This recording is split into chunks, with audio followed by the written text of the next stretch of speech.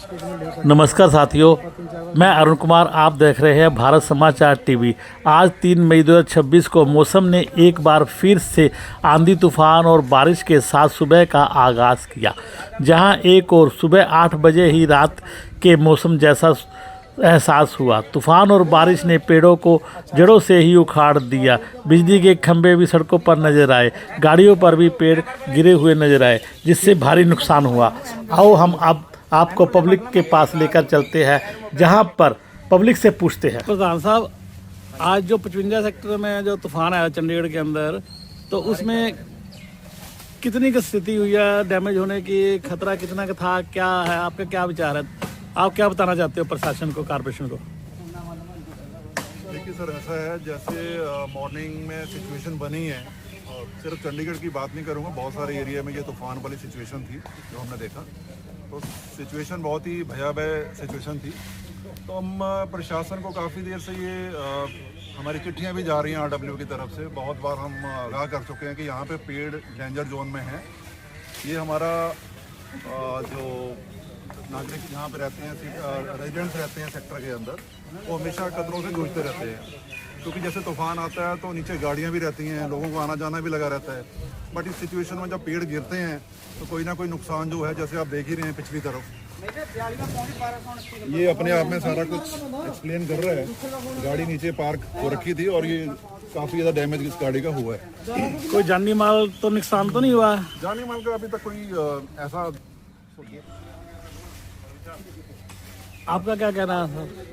ऐसे ही कि हम ना पहले इस पर डिपार्टमेंट में भी जाके आए हैं, हाउसिंग बोर्ड में, कि इनको पेड़ों की जो हाइट है, बहुत हमारी जो बिल्डिंग है 2-2 मंजिल इसके ऊपर चली गई है। तो मगर वो कहते हैं कि ये दूध वाले पेड़ हैं जी, इसको हम काट नहीं सकते जी। मगर ये कि इनको हम बार बार रिक्वेस्ट करते हैं कि हमारा बहुत नुकसान हो रहा है। पिछली बार भी एक गाड़ी यहाँ डैमेज हो गई थी। तो ये देखो साहब के सामने है, किसी के ऊपर गिर जाएगा पेड़ तो दिक्कत होगी। फिर उस टाइम आएंगे तो हम रिक्वेस्ट करते हैं कि इसको पेड़ों की हाइट जो है कम की जाए। बार बार रिक्वेस्ट करते हैं कि जो हाइट कम किया जाए, लोग इसकी चपेट में ना आए।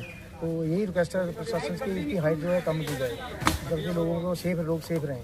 अब हम बार बार इनको प्रशासन को अपना हम दोबारा रिटर्न में भी दे रहे हैं, उनसे मिलके भी आए हैं कि जो पेड़ जो 3-3 मंजिलों से ऊपर चले गए हैं, इनकी हाइट कम की जाए। अगर हाइट कम कर दें तो बड़ी मेहरबानी है। मगर अगर ये पेड़ किसी के ऊपर गिरते हैं और किसी गाड़ी के ऊपर गिरते हैं, कोई जो जा रहा है उसके ऊपर गिरता है, इसकी जिम्मेवारी कौन लेगा? कोई प्रशासन लेता है, कोई मेयर लेता है, कोई काउंसलर लेता है, कौन लेता है इसमें? तो इसकी जिम्मेवारी तो कोई किसी को उठानी पड़ेगी ना।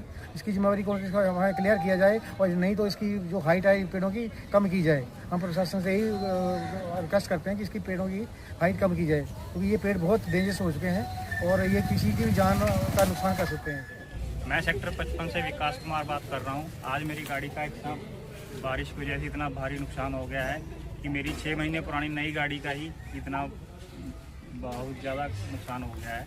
और इस गाड़ी मेरी बिल्कुल सेफ साइड पे खड़ी थी और पेड़ का इतना बड़ा हिस्सा टूट के गिर गया है। तो मेरे को नहीं समझ में आ रहा है कि इसका नुकसान कौन भरपाई करेगा? नगर निगम करेगा, कॉर्पोरेशन करेगा, कौन करेगा? मेरी समझ से बाहर है। हमारी रेजिडेंशियल वेलफेयर एसोसिएशन ने भी कई बार इसका संज्ञान लिया है, लेकिन अभी तक इसका कोई भी हालचाल लेने के लिए नहीं आया है।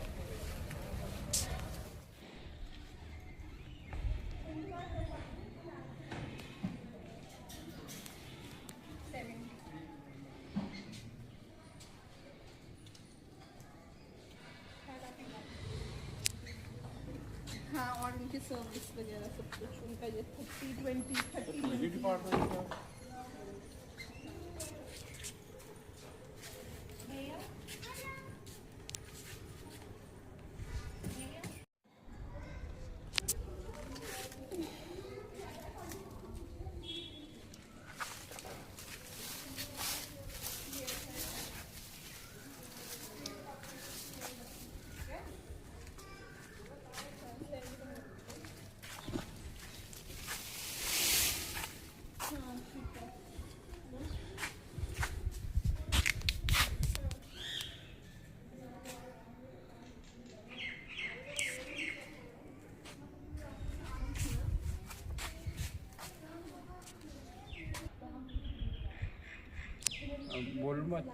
हाँ जी सर, आप आज जो सुबह तूफान आया था जो इसके अंदर यहाँ पे क्या हुआ? कोई क्षति हुई है किसी की? कोई इतना तो ज़्यादा वो तो नहीं हुआ डैमेज? हाँ जी, काफ़ी हो गया सर। एक तो पेड़ नीम का डिग पिया, बहुत भारी पेड़ थी, ਇਹਦੇ 'ਚ ਗਲੀ 'ਚ ਬਿਜਲੀ ਦੀਆਂ ਤਾਰਾਂ ਸਾਰਾ ਕੁਝ ਟੁੱਟ ਗਿਆ ਸਾਡਾ, ਬਿਜਲੀ ਬੰਦ ਹੋ ਗਈ, ਪਾਣੀ ਬੰਦ ਹੋ ਗਿਆ।